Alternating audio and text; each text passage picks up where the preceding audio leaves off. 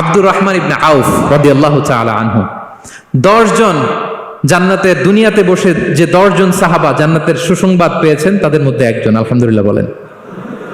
Abdur Rahman ibn Auf রাদিয়াল্লাহু তাআলা আনহু প্রথম 8 জন মক্কায় যারা কালিমা পড়ে মুসলমান হয়েছে তাদের একজন।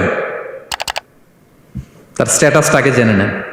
তো তিনি যখন মক্কা থেকে হিজরত করে মদিনায় গেলেন, মনে রাখবেন মক্কা থেকে যে সাহাবারা বাড়ি ঘর ছেড়ে হিজরত করেছে তাদেরকে বলে মহাজির, মানে হিজরতকারী সাহাবা। আর মদিনাতে যে সমস্ত সাহাবারা তাদেরকে রিসিভ করেছেন তাদেরকে বলে আল আনসার, মানে সাহায্যকারী সাহাবা। তো যারাই হিজরত করে মক্কা থেকে মদিনায় যেত, বিষ্ণু ইসলাম মদিনার কোন সাহাবীর সাথে তার ভাই পাতিয়ে দিতেন, আল মুআখাত, ব্রাদারহুড করে দিতেন, দায়িত্ব দিতেন যে তুমি এই সাহাবীকে দেখবে। তো আব্দুর রহমান ইবনে আউফ রাদিয়াল্লাহু তাআলা আনহু যখন হিজরত করে গেলেন, তার দেখভাল করার জন্য যে সাহাবীর দায়িত্ব পড়ল তার নাম হচ্ছে সাআদ ইবনে রাবিয়া, আনসারী সাহাবী রাদিয়াল্লাহু তাআলা আনহু। বিষ্ণু বললেন, সাআদ, আব্দুর রহমান ইবনে আউফ তোমার ভাই, ভাই বানিয়ে দিলেন। কি বানিয়ে দিলেন? তুমি তাকে টেক কেয়ার করবে, সে হবে তোমার মেহমান। সুবহানাল্লাহ। সাআদ ইবনে রাবিয়া রাদিয়াল্লাহু তাআলা আনহু তিনি আব্দুর রহমান ইবনে আউফকে ডেকে নিয়ে গেলেন, ঘরে নিয়ে গেলেন মেহমানকে, এবং বললেন, ইয়া সাআদ ইন্নী আকসারুল আনসারি মালান। হে সাআদ, তুমি চিন্তা করো না, তুমি মনে করো না যে তোমার ভরণ পোষণ দিতে আমার কষ্ট হবে। আমি মদিনার সবচাইতে বড় বিজনেস ম্যাগনেট, সবচাইতে বড় বিজনেস ম্যাগনেট আমি। No tension, don't worry about ইট।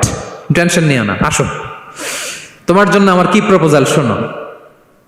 ফাআকসিমু লাকা নিসফা মালি, আমার যত সম্পদ আছে আমি অর্ধেক তোমার দিয়ে দিব।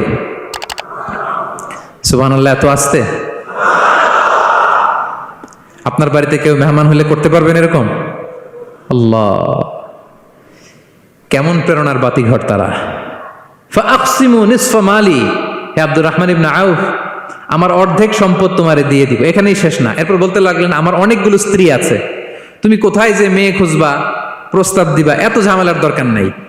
আমার কোন স্ত্রীকে তোমার ভালো লাগে বলো, তার যদি তোমাকে ভালো লাগে তাহলে প্রয়োজনে তাকে আমি ডিভোর্স দিয়ে দিব, তাকে নিয়ে তুমি সুখের সংসার করবা।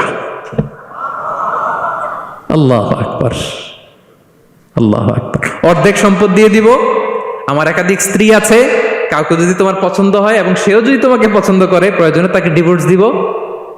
New life, new career, just go on. আমরা এই সুযোগ পেলে কি করতাম? সাথে সাথে অর্ধেক সম্পদ নিয়ে নিতাম, ঠিক কিনা? আব্দুর রহমান ইবনে আউফ প্রেরণার বাতিঘর। উনি কি করলেন? উনি বললেন, লা হাজাতা লি ফি যালিক।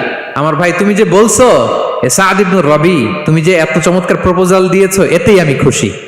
তোমার কোনো কিছুর আমার দরকার নাই।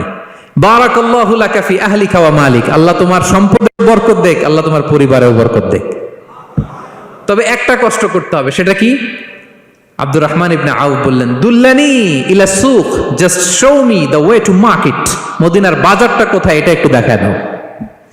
আমি নতুন মানুষ, পথঘাট চিনি না।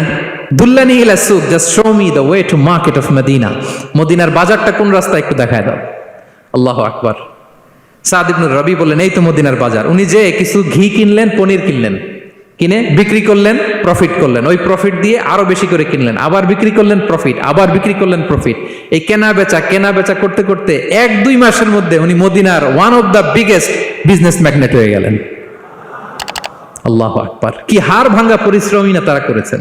একেবারে রেডি ক্যারিয়ার ছিল, গেলাম সবচেয়ে বড় বিজনেসম্যানের অর্ধেক সম্পত্তি পেয়ে গেলাম। He didn't accept the ready career, rather he made his own path with his own Endeavour. নিজের চেষ্টায়, নিজের পরিশ্রমে, নিজের ঘাম ঝরিয়ে নিজের ক্যারিয়ার তৈরি করেছেন। চিল্লায় বলেন ঠিক কিনা? This is the biography of Abdur Rahman ibn Auf রাদিয়াল্লাহু তাআলা আনহু।